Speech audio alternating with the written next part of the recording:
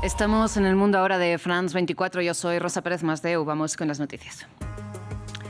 Hamás anuncia que entregará a Israel los cuerpos de 2 rehenes más esta noche. Desde el lunes transfirió 8 cadáveres, aunque Israel denunció que uno de ellos no corresponde a ningún rehén. A cambio, Tel Aviv entregó los cadáveres de 45 palestinos más a la Franja de Gaza. Pakistán y Afganistán acuerdan una tregua de 48 horas tras varios días de enfrentamientos directos en la frontera y de ataques contra presuntos grupos armados en Kabul y otras ciudades afganas que causaron decenas de muertos de ambos lados. Y la justicia de Perú rechaza el pedido de la Fiscalía de prohibir la salida del país a Dina Boluarte, que enfrenta acusaciones por presunta corrupción que se reactivaron después de ser derrocada por el Congreso la semana pasada.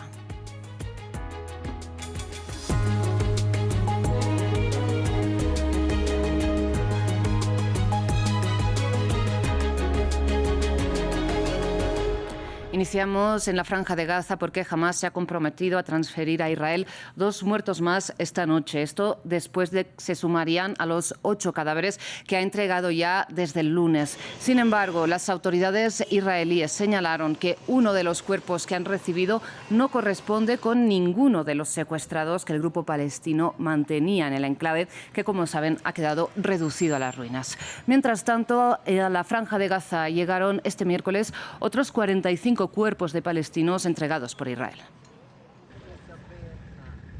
En medio del cese el fuego, Israel y Hamás devuelven cadáveres a la parte adversa. Los cuerpos de otros 45 palestinos muertos detenidos por Israel llegaron a la Franja de Gaza. Allí expertos forenses empezaron a identificar los restos de los primeros 45 entregados el día anterior bajo el acuerdo pactado la semana pasada. Y mientras tanto, en la Cisjordania ocupada, un grupo de palestinos excarcelados de territorio israelí reciben atención médica, algunos con urgencia debido a los fuertes dolores de costillas rotas. Esto indica que estos pacientes fueron sometidos a palizas severas, lo que refleja la magnitud de la violencia. Las fracturas en la caja torácica indican un fuerte golpe y lesiones graves por parte de los guardias de la prisión del ejército de ocupación.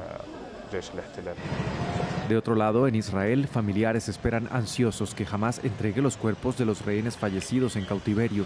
Hasta este martes, solo 8 de los 28 restos pendientes habían regresado a territorio israelí, pero según el gobierno, uno de ellos no corresponde a ninguno de los secuestrados. Hamás también liberó otro cuerpo durante la noche y tras el debido proceso de identificación se confirmó que no se trata de un rehén.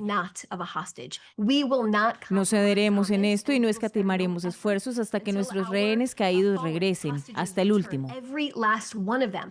La demora en dicha entrega oscurece la perspectiva de una paz duradera. Y este martes, el Comité Internacional de la Cruz Roja indicó que devolver los cadáveres desde Gaza tomaría más tiempo de lo previsto debido al nivel de destrucción del enclave palestino. Y a pesar de esta advertencia de la Cruz Roja que Hamás no haya entregado todavía los cuerpos de todos los rehenes, es el argumento que esgrime Israel para permitir la entrada de 300 camiones de ayuda al día y no 600, como reclama Naciones Unidas. El jefe de la ONU para temas humanitarios pidió este miércoles la apertura inmediata de todos los cruces de entrada a la Franja de Gaza. Y es que el paso de Rafah, situado entre Egipto y el enclave palestino, pero como saben controlado por Israel, estuvo cerrado este miércoles. Mientras, el ministro de Defensa israelí advirtió que cualquier persona que cruce la llamada línea amarilla, donde permanecen las tropas israelíes en Gaza, será objetivo militar. En noticias relacionadas, hubo protestas en Udine ayer por la noche y hoy en Valencia. Evidencias de que en Italia y España aficionados al deporte no quieren ver equipos israelíes participando en competiciones globales o regionales. 2 equipos de baloncesto españoles ya han declarado además que jugarán los partidos contra equipos israelíes a puerta cerrada para evitar altercados. Un cese el fuego que sigue vigente, pero los más de 67.000 muertos en Gaza siguen grabados a fuego en la conciencia de parte de la población mundial. Por ello, los eventos donde haya participación israelí no escapan de las protestas. La ciudad italiana de Udine vivió ayer enfrentamientos entre manifestantes y policía. 10.000 personas, según las autoridades, que armadas con banderas palestinas se congregaron a las afueras del estadio donde su selección nacional afrontaba un partido de clasificación para el Mundial de Fútbol 2026 contra Israel. No debería permitirse que esto ocurriera, ya que Rusia, Belarus e incluso Alemania en el pasado, Afganistán y Sudáfrica durante el apartheid fueron excluidos de competir debido a sus políticas. Entonces, ¿por qué aplicar un doble rasero a dos países? No queremos acoger al equipo de un país que ha cometido un genocidio. Hoy mismo en la ciudad española de Valencia, una escena similar. Centenares de personas gritaron contra el Hapoel de Tel Aviv, equipo de baloncesto que se debe enfrentar mañana al Valencia Basket. Como ya ha pasado otras veces en la historia, lo mínimo sería no dejar participar en competiciones internacionales a los equipos de un país que están cometiendo un genocidio sobre otro. A ello se suma la decisión de dos equipos españoles participantes en ligas europeas, el Laguna de Tenerife y el Manresa, que decidieron jugar sus respectivos partidos contra equipos israelíes a puerta cerrada, o la decisión del Fútbol Club Barcelona de básquet de negarse a brindar sus instalaciones para enfrentamientos de equipos israelíes. Así el deporte se encuentra actuando de estandarte contra la guerra de Gaza, ahora en pausa. El último gran evento que tuvo lugar en España, la Vuelta Ciclista, fue escenario de fuertes enfrentamientos. ¡Equipo de Israel! En cuanto al mundo cultural, tampoco queda exento. Uno de los grandes certámenes musicales de Europa, Eurovisión, corre peligro de desbandada de países si Israel decide participar en la siguiente edición. Cambiamos ahora de foco. El gobierno talibán y el ejecutivo pakistaní acordaron un cese el fuego de al menos 48 horas, esto tras varios días de enfrentamientos armados. El último de ellos en Kabul y que, según las autoridades afganas, causó la muerte de al menos 5 personas. Diego Bassani tiene los detalles. Pakistán y Afganistán firman un cese al fuego de 2 días, luego de varios días de enfrentamientos armados que dejaron decenas de muertos y heridos. Este miércoles, los gobiernos de Kabul e Islamabad anunciaron que frenarán las operaciones militares durante 48 horas. Según el portavoz del ejecutivo talibán, sus tropas se comprometieron a respetar el acuerdo. A petición e insistencia de la parte pakistaní, el alto el fuego entre ambos países comenzará después de las 5:30 p.m. de hoy. El Emirato Islámico también ordena a todas sus fuerzas que respeten el alto el fuego y no lo violen después de las 5:30 p.m. de hoy, a menos que haya una violación. A pesar de la tregua, las fronteras entre ambos países permanecen cerradas, por lo que decenas de transportadores piden que se reabra el tránsito vehicular cuanto antes.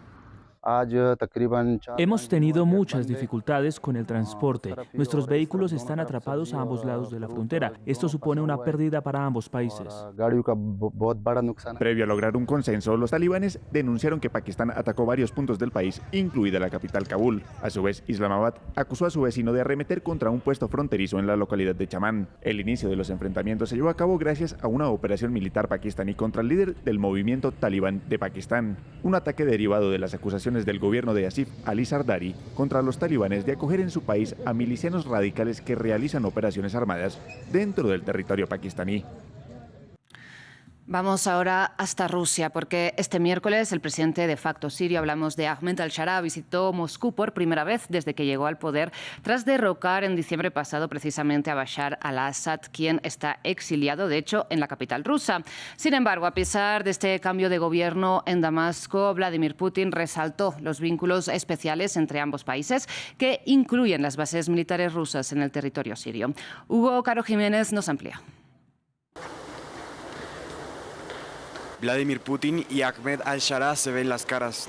El presidente sirio visitó este miércoles a su homólogo ruso en Moscú, en lo que fue el primer encuentro entre los líderes desde que al-Shara llegó al poder tras derrocar a Bashar al-Assad, aliado de Rusia, a finales del año pasado. A pesar de que Putin apoyó durante muchos años a al-Assad, a quien acogió en Moscú tras su caída, el jefe del Kremlin dijo hoy que sus relaciones con Damasco nunca se guiaron por intereses particulares. En Rusia nunca hemos tenido relaciones con Siria vinculadas a nuestra situación política ni a intereses particulares. A lo largo de todas estas décadas siempre nos hemos guiado por una sola cosa, los intereses del pueblo sirio.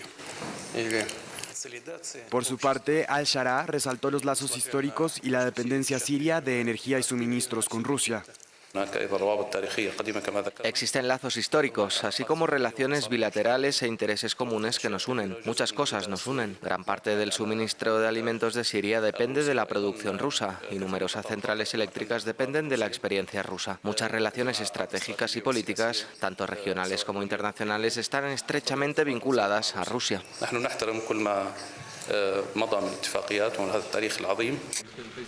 Luego del colapso de al-Assad, Putin llamó en febrero al líder sirio y le reafirmó el apoyo ruso a la estabilidad siria, una postura pragmática y formal que busca zafarse del vínculo entre el jefe del Kremlin y el derrocado expresidente sirio.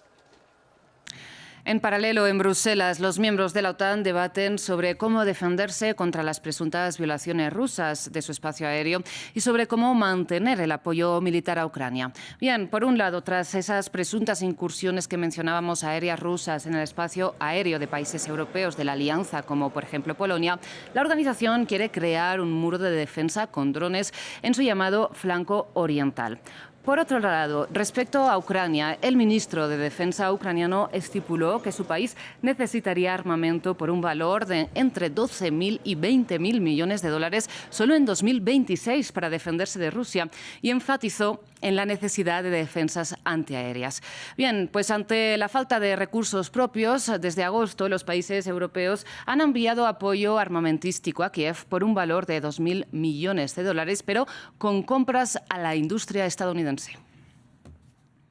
Cambiamos completamente de tema. Los militares de Madagascar aseguran que se han hecho con el control del país. Una constatación que pone fin de facto a la presidencia de Ange Rajoelina, que había accedido al poder por primera vez mediante un golpe de Estado en 2009 en circunstancias similares. Por ahora, el coronel Michel Ranchnarin toma las riendas del Ejecutivo. ¿Quién es? Lo veamos en este informe. Es el nuevo hombre fuerte de Madagascar. A sus 51 años, el coronel Ranchnarin ha sido encargado por la Corte Constitucional de garantizar la transición. Este miércoles, el líder militar anunció ante el Palacio Presidencial que tomará el poder. A partir de hoy tomaremos el poder y disolveremos el Senado, la Corte Constitucional, la Corte Suprema, la Comisión de Derechos Humanos y la Comisión Electoral. Dejaremos que la Asamblea Nacional siga trabajando.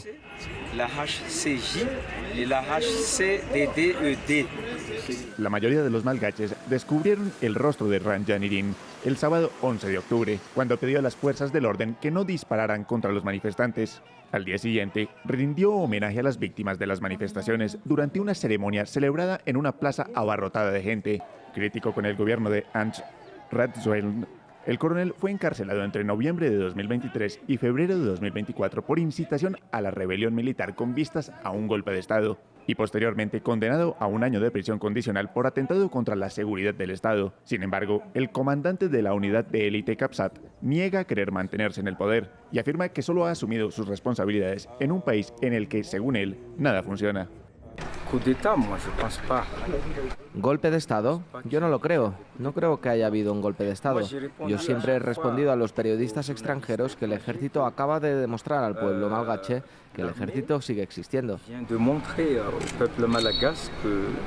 Ranchnarin anunció la formación de un consejo compuesto por oficiales de las Fuerzas Armadas que quizá con el tiempo sea constituido también por consejeros civiles. Un gobierno que, según el militar, duraría máximo 2 años antes de organizar elecciones.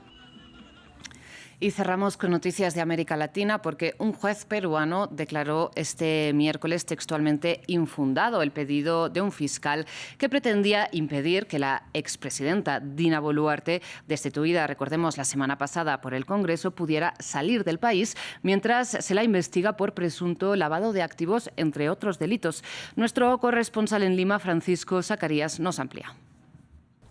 La justicia peruana rechazó ordenar el impedimento de salida del país por 36 meses contra la expresidenta Dina Boluarte, que fue solicitado por la Fiscalía por el presunto delito de lavado de activos. El Ministerio Público argumentó que Boluarte habría recaudado dinero de origen ilícito y realizado transferencias el año 2020. Además, alegó que existe el peligro de fuga de la exmandataria. Sin embargo, el juez Fernando Valdés declaró infundada la medida de restricción contra la exmandataria porque afirmó que la Fiscalía solo presentó sospechas simples, sin pericias contables que prueben el delito, y determinó que no existe peligro de fuga por parte de Dina Boluarte.